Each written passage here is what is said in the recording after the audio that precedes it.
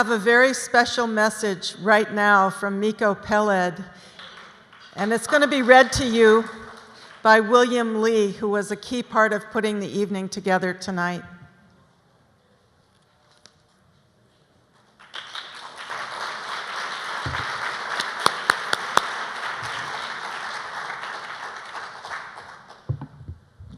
Thank you very much, everyone. Miko Peled has sent us a statement and asked us to read it for him. Just to put the statement in a bit of context, I see that some people know who Miko is, but a brief biographical note. Miko Peled is the author of The General's Son, Journey of an Israeli in Palestine, with a foreword by Alice Waters, published by Just World Books, and available at the Revolution Books table outside in the hall. He was born in Jerusalem in 1961 into a well-known Zionist family.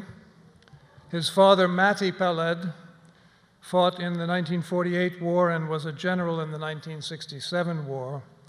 And then he became a noted peace activist and a leading proponent of Israeli dialogue with the Palestinians and with the PLO. Miko Peled grew up in this highly political milieu, and he himself served in the IDF, service that he later came to regret. Miko is an accomplished professional martial arts practitioner and teaches at a dojo in Southern California, from where he sent this message. The list of vicious, murderous men and women who, as leaders of nations, committed unspeakable crimes is too long to recount.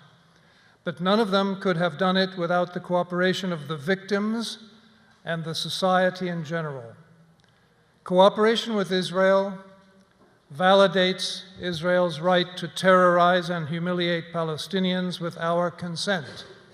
We, being all people of conscience, whether we are Palestinians or not, the call of the hour is non-cooperation and resistance against the injustice.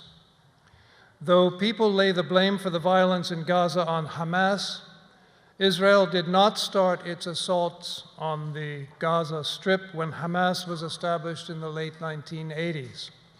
Israel began attacking Gaza when the Gaza Strip was established and populated with refugees in the early 1950s. Israel's objective has always been death and destruction, while the Palestinian resistance is fighting for freedom, for their rights, and for a better future. Palestinians, particularly in Gaza, are not faced with an option to resist and be killed or live in peace. They are presented with the options of being killed standing up and fighting, or being killed sleeping in their beds.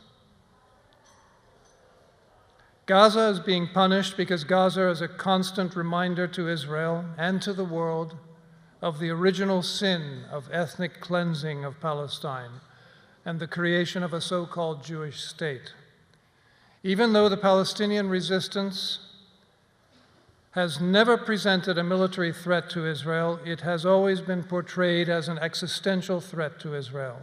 Moshe Dayan, the famed Israeli general with the eye patch, articulated this idea in a speech he gave in April 1956. He spoke at Kibbutz Nahal Oz, an Israeli settlement near the Gaza border. Quote, "Beyond this border there is an ocean of hatred and a deep desire for vengeance," Dayan said then, and others continue to recite this mantra to this day. But Palestinians have never possessed so much as a tank, a warship, or a fighter jet, not to say a regular army. So why the fear? Why the constant 6-decade-long campaign against Gaza? Because Palestinians in Gaza, more so than anywhere else, pose a threat to Israel's legitimacy. Israel is the illegitimate child born of an unholy union between racism and colonialism. And the refugees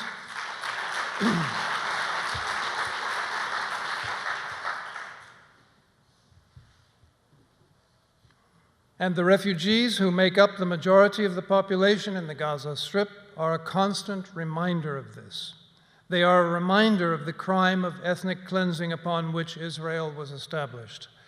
The poverty, lack of resources, and lack of freedom stand in stark contrast to the abundance, freedom, and power that exist in Israel and that rightfully belong to Palestinians. As I write these words, says Miko, the number of innocents murdered by Israel in Gaza has risen beyond 2,000.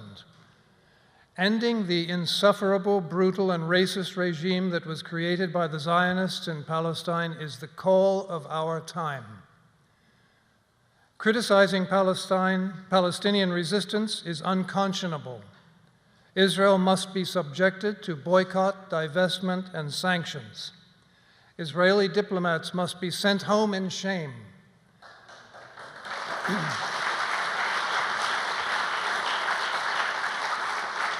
Israeli leaders and Israeli commanders traveling abroad must fear prosecution.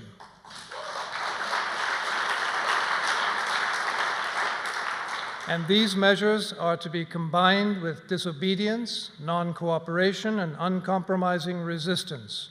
This and only this will show mothers, fathers, and children in Gaza that the world cares and that never again is more than an empty promise.